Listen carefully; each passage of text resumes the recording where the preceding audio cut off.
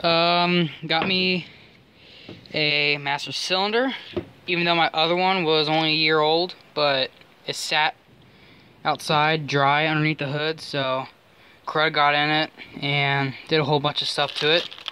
And as you can see, it was leaking. The seal must have blown, so I was like hell with it. Got a new one for about 30 bucks, no core charge.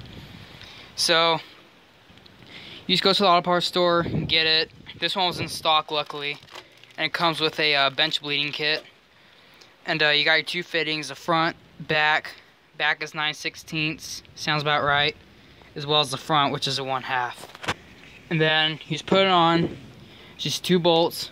Just slide it right in. No gasket or anything, apparently.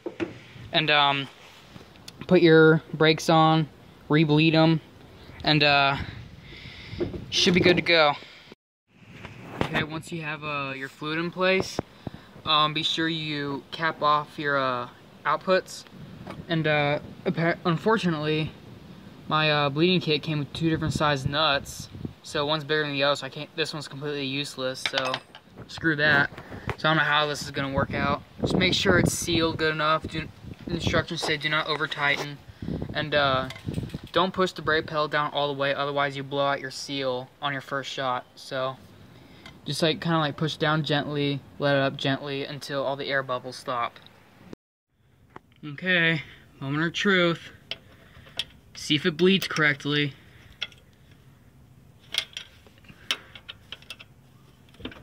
Oh, yes! Yes! That's how it's supposed to come out. Before, it was like... Oh, thank you, Jesus. Ugh.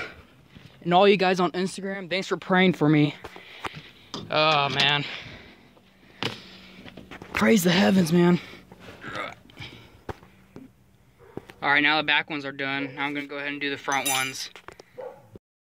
Okay, once you get your brake pedal all stiff, push it 3 more times and have someone hold it down, or just put a piece of metal in between the seat and the brake line. The brake pedal. That's what I did. And then you're going to want to loosen.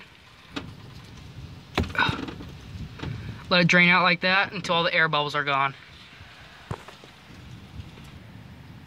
Alright, after you do that, just take some Preston .3 brake fluid and just pour it in till it's full.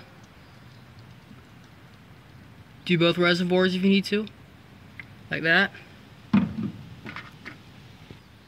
Okay, once you do that, if these little boots are sticking up, just go ahead and push them down like that.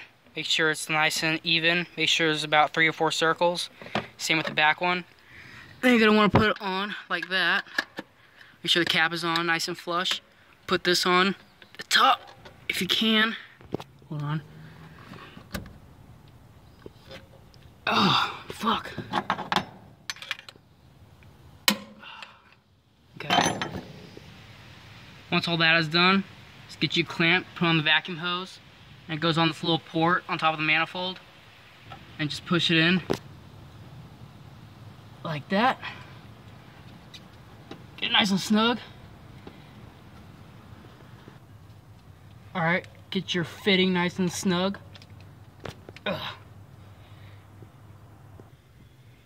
Okay, test the brakes one more time, and since we disconnected the vacuum pressure from the booster, you're going to want to build up the pressure again. So just pump it a couple times till it gets really stiff, till it can't go to the floor anymore. Right about there.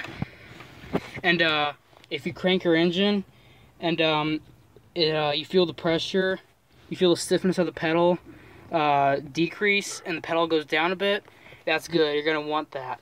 You know your vacuum and brake booster is working properly.